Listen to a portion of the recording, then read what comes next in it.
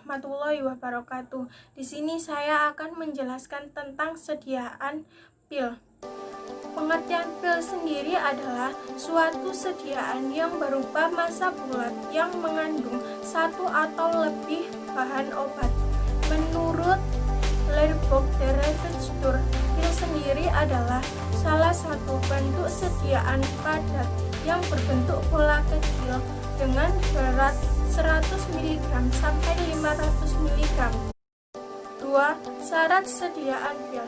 Syarat sediaan pil ada banyak, tapi di sini saya akan menjelaskan beberapa.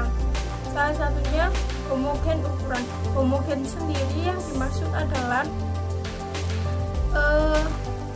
ukuran itu tercampur menjadi dari beberapa bahan sediaan obat itu dijadikan satu dan nanti dicetak.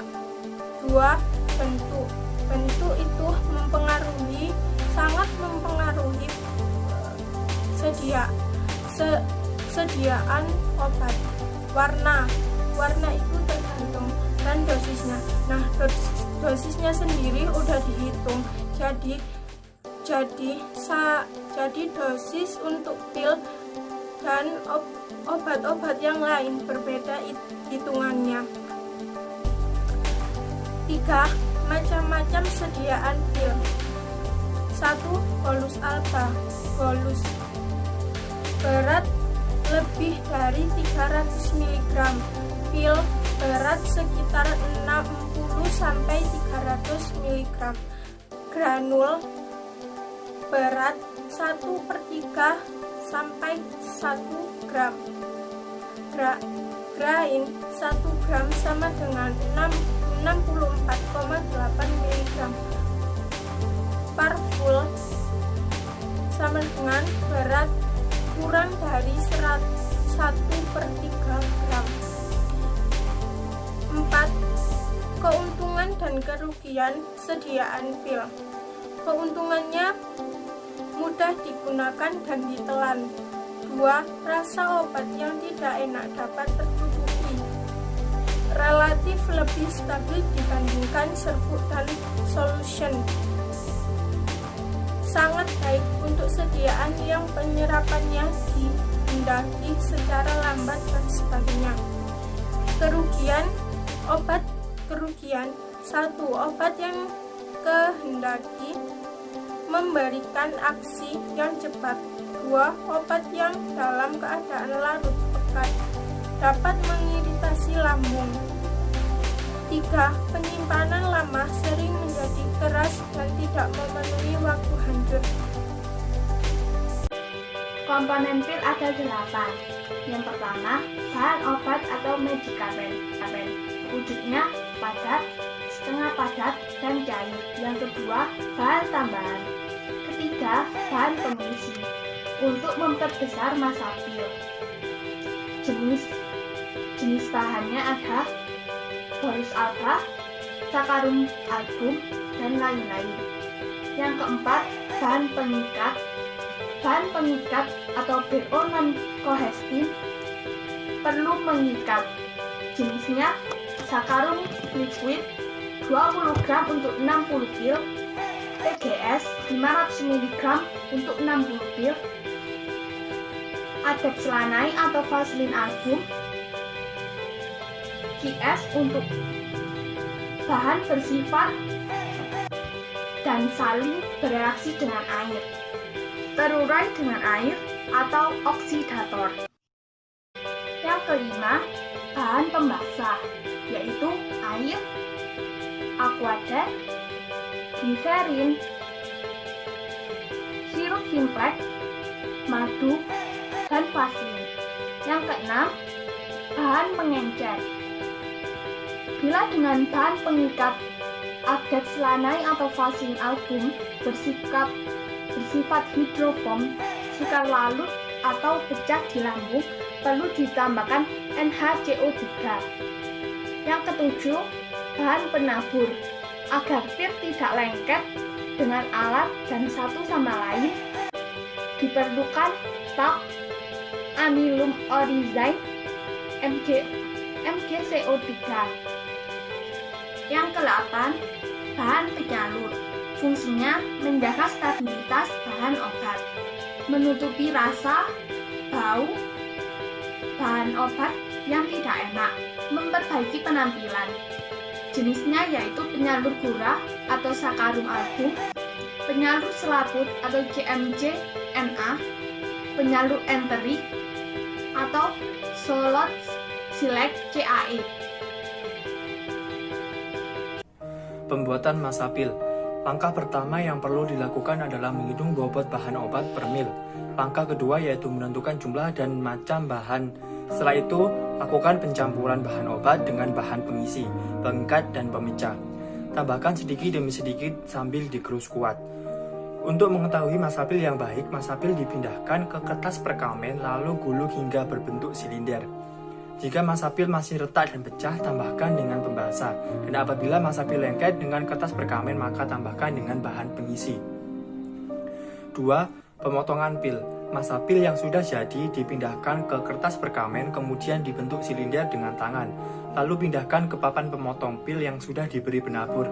Lalu buat silinder panjang sesuai dengan jumlah pil yang diminta. Dan potong pil dengan pemotong pil. 3. Pembulatan pil. Potongan masapil dipindahkan ke alat pembulat pil yang sudah diberi penabur. Pil dibulatkan dengan gerakan memutar ditambah sedikit penekanan. Setelah bulat, masukkan ke dalam wadah lalu hitung pil.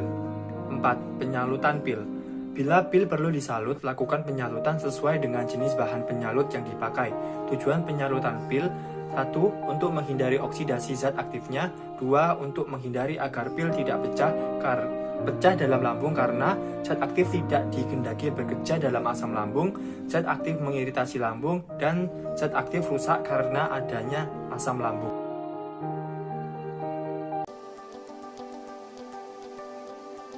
Cara penyalutan sediaan pil. Gula.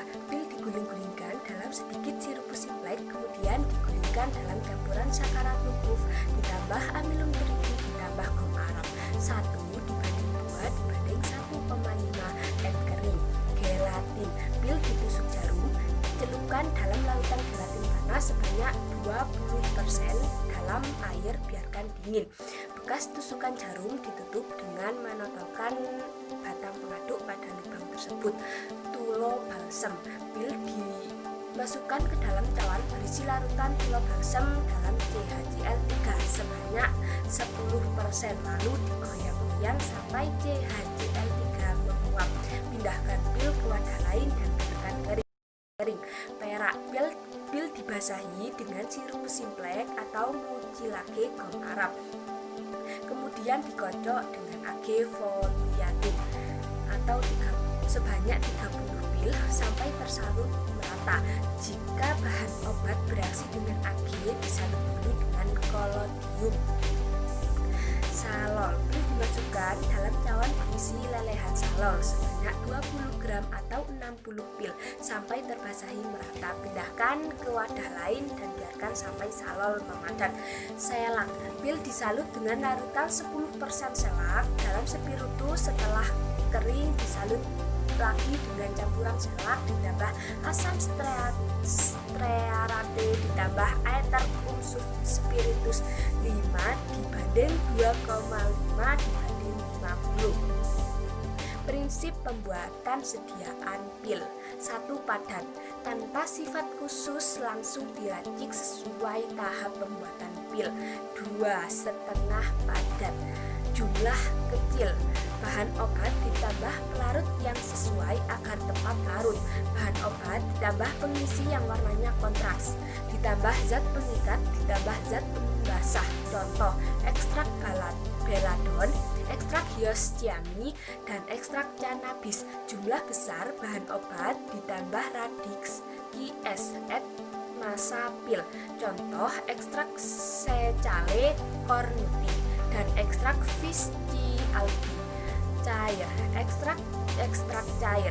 Jumlah kecil 0,5 gram atau 30 pil dengan sujus dan radix 1 dibanding 0,5 gram tanpa aqua glycerinat. Jumlah besar 0,5 gram atau 30 pil diuapkan sampai kental, kurang lebih 1/3 bobot. Ditambah radik etmasapil diganti dengan sisa keringnya. Ditambah radik sujus aki glycerinata, misal ekstrak Rhamni Purcinae liquidum diganti ekstrak Rhamni Pesidium sebanyak 25%. Larutan berair, jumlah kecil langsung dibuat pil tanpa bahan pembasah. Jumlah besar diuapkan kental kurang lebih 1/3 bobot ditambah radik etmasapil.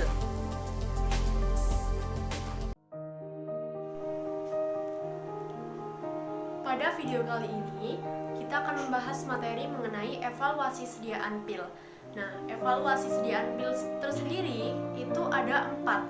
Yang pertama adalah bobot ideal pil, yang kedua syarat dari farmakope, yang ketiga pada waktu penyimpanan, dan yang terakhir adalah memenuhi keseragaman bobot. Nah, kita akan membahas materinya secara satu persatu. Dimulai dari poin pertama, yaitu bobot pil ideal. Apa sih yang dimaksud dengan bobot pil ideal? Nah, bobot pil ideal ini ada 100 mg, kemudian bobot pilnya ya. Bobot pil 100 mg, 150 mg, dan rata-ratanya adalah 120 mg. Itu poin yang pertama. Poin kedua adalah syarat dari farmakope.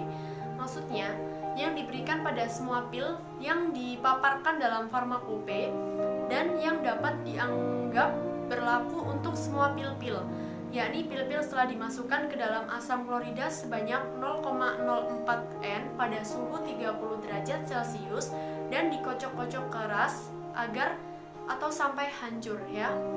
Nah, itu poin yang kedua, syarat dari farmakope. Nah, poin yang ketiga adalah pada waktu penyimpanan. Artinya, bentuknya tidak boleh berubah, tidak begitu keras sehingga dapat hancur dalam saluran pencernaan. Nah, yang terakhir adalah poin keempat, yaitu memenuhi keseragaman bobot. Maksudnya apa? Kalian bisa lihat pada tabel di samping ya, itu udah ada penjelasan mengenai untuk bobot rata-rata pil, kemudian juga ada penyimpangan terbesarnya. Kalian bisa lihat di situ dan bisa dipahami. Baik, kita lanjut ke poin selanjutnya. Poin selanjutnya adalah contoh resep pembuatan. Kalian bisa lihat di samping, itu sudah ada contoh resep pembuatan pil yang bahan-bahannya ada aminofilin sebanyak 0,05 gram dan juga kofein sebanyak 0,05 gram. Nah, kita di sini disuruh untuk menghitung perhitungan dosis dan juga persentase dosis ya. Jadi kalian bisa lihat di situ, aminofilin dosis resepnya 1 kali pakai sama dengan 0,05 gram, itu dijadikan ke miligram dulu ya. Jadi hasilnya 50 mg. Kemudian untuk satu hari pakainya itu 50 mg dikali signanya. Nah, di situ signanya adalah BISDD yang artinya sehari 2 kali. Nah, dikali signanya saja. Jadi tinggal 50 mg dikali 2 sama dengan 100 mg. Kemudian untuk DM aminofilinnya 1 kali pakai sama dengan 500 mg dan 1 hari pakai sama dengan 1500 mg. Nah, itu dapat dari mana? Kalian bisa lihat aja di farmakope atau di FI ya, FI edisi 3. Untuk kafein juga sama perhitungannya seperti aminofilin ya. Dosis maksimumnya juga sama, kalian bisa lihat di farmakope edisi 3. Nah, setelah itu kita lanjut ke bagian presentasi dosis atau kemungkinan persen dosis ya. Aminofilin 1 kali pakai sama dengan 50 mg dibagi 500 mg dikali 100% sama dengan 10%. Kemudian untuk 1 hari pakainya 100 mg dibagi 1500 mg dikali 100% sama dengan 6,6%. Nah, gimana? Cara rumus menghitung persen dosis adalah dosis resep dibagi dosis maksimum dewasa ya, terus dikali sama 100%. Nah, untuk yang kafein, perhitungan persen dosisnya juga sama seperti aminofilin, memakai rumus yang tadi saya sebutkan. Nah, itulah penjelasan dari kelompok kami mengenai materi pil. Apabila ada kurang dan lebihnya, kami mohon maaf yang sebesar-besarnya. Wassalamualaikum warahmatullahi wabarakatuh. Semoga video ini dapat bermanfaat bagi kita semua.